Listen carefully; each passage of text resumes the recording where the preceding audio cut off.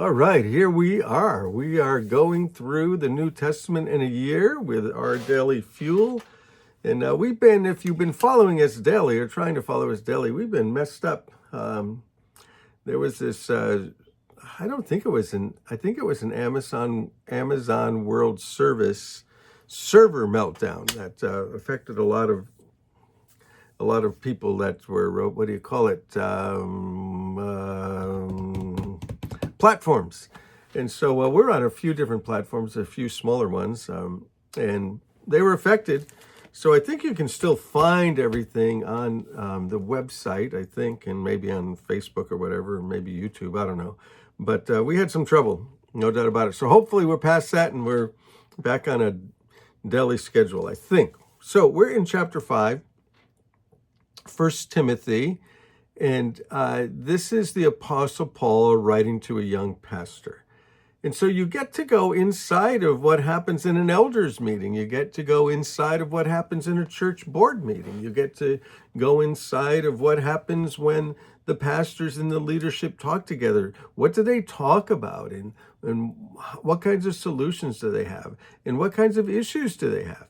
So, let's go to the staff meeting. Ready to go in? Let's go in. We're going to the staff meeting. Here's the staff pastors.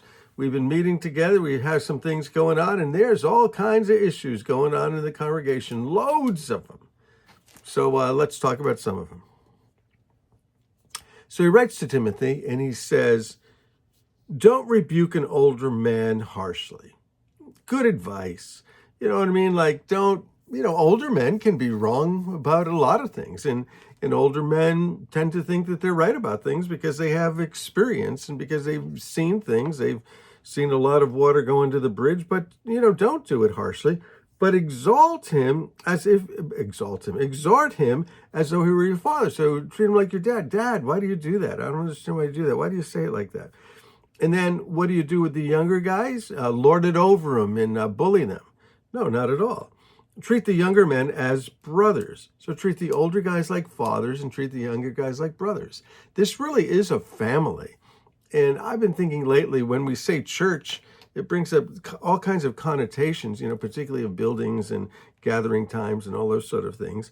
But it's really our spiritual family. It's our spiritual family. We have regular families, we have spiritual families, we have work families, we have play families, and we have teams, all those things. So it's a spiritual family. Treat the older guys like their dads. They can be wrong, but, and the younger guys, they're wrong all the time.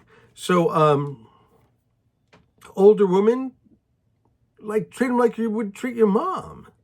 And younger women as sisters with absolute purity.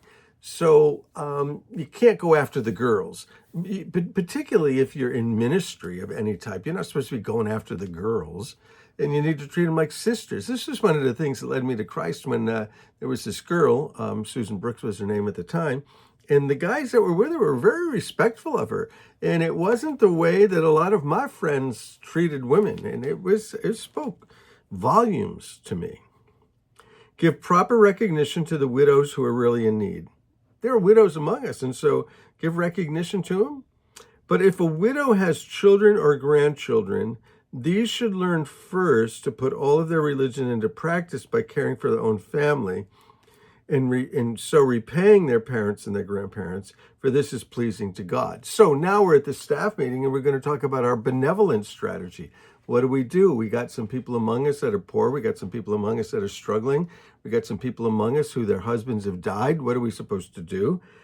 And it says, well, let the kids take care of mom. Let the grandkids take care of their grandparents. This is a beautiful thing, family. Family has become so distant with us all living in separate houses on opposite coasts. And, this is a beautiful thing, taking care of your family. The widow who's really in need, because not everybody has all of these family resources, and is left all alone and puts her hope in God and continues night and day to pray and ask for God for help. But the widow who lives for pleasure is dead even while she lives. Well, this happens, right? A lot of ladies lose their husbands and now they're ready to go party. So, it's not our responsibility to, help them party. They need to get on with their lives and, maybe, remarry again. In the ancient culture, it'd be really important to maybe be remarried again, or to be busy, or to work, or to, contribute somehow, but not to just be on the receiving end and go out partying all the time. And it says, so give these people instructions so that no one will be open to blame. So give the people instructions, tell everybody what we're doing, create some policies, right? We're in a staff meeting right now, so let's create some policies. I like to say that policies don't discriminate. So you say, this is what we do, this is how we do it. And, we're not discriminating against somebody when they come and ask, because we already said this is how we do it.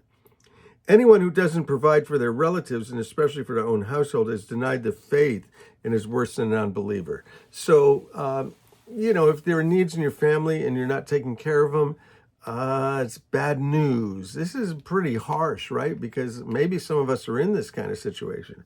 In fact, I bet a lot of us are in this situation, and it's probably become more difficult in the 21st century than in the first century, just because of expenses and the way that things work, and because of lifespans going on so long. Very, very complicated issues. But we need to really be involved and do everything that we can do. Verse 9, no widow may be put on the list of widows unless she's over 60 and has been faithful to her husband.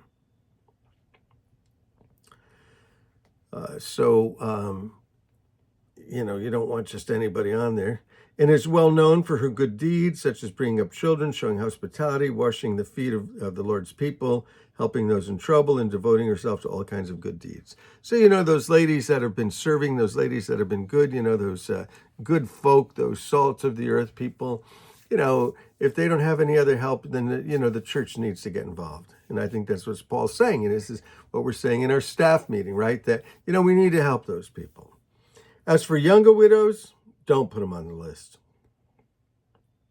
For when their sensual desires overcome their dedication to Christ, how about that phrase?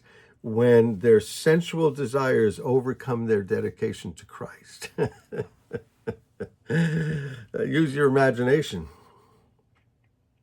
They want to marry, and thus they bring judgment on themselves because they've broken their first pledge. And so besides, they get into the habit of being idle and going about from house to house. And not only do they become idlers, but they become busybodies. They talk nonsense. They're saying things they shouldn't.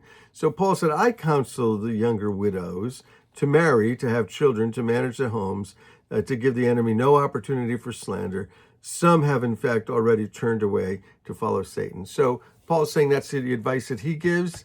Is he telling Timothy that this is eternal advice that needs to happen in every single church? He's saying it's what he does, and he's saying to Timothy that he thinks is pretty good practice.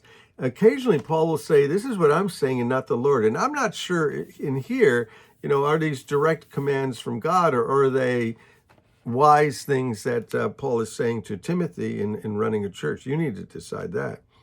If any woman is a believer, if any woman who is a believer has widows in her care, she should continue to help them and not let the church be burdened with them, so the church can help those widows who are really in need.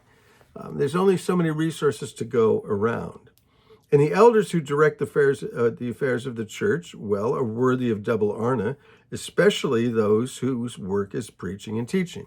So he's saying if you preach, if you teach, you're worthy of double honor. But he doesn't say give you double honor. He's talking, I think, about resources here, right? Payment or honorariums or taking care of them. And although they may be worthy of it, he doesn't say give it to them. Very wise.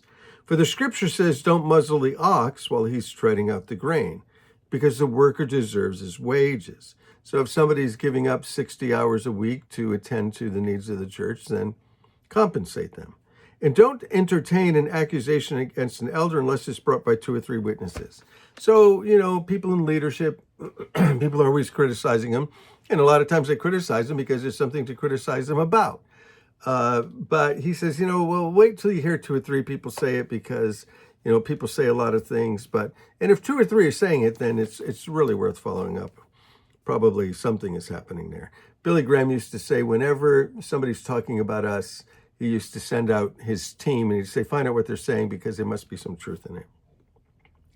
But those elders who are sinning, you should reprove before everyone so that others can take warning. So if the elders are sinning, tell everybody so the people will fear. I charge you in the sight of God and Jesus Christ and the elect angels, keep these instructions without partiality and do nothing out of favoritism. Don't be hasty in laying on of hands, ordaining people, and don't share in the sins of others. Keep yourself pure. Stop drinking water only. Use little wine for your stomach and your frequent illnesses. And the sins of some are obvious, reaching the place of judgment ahead of them. The sins of others trail off behind them. In the same way, good deeds are obvious, and even those that are not obvious can't remain hidden forever. Do good, be good, do the right thing, help everybody you can, whenever you can, wherever you can. Hey, bless you guys. Love you.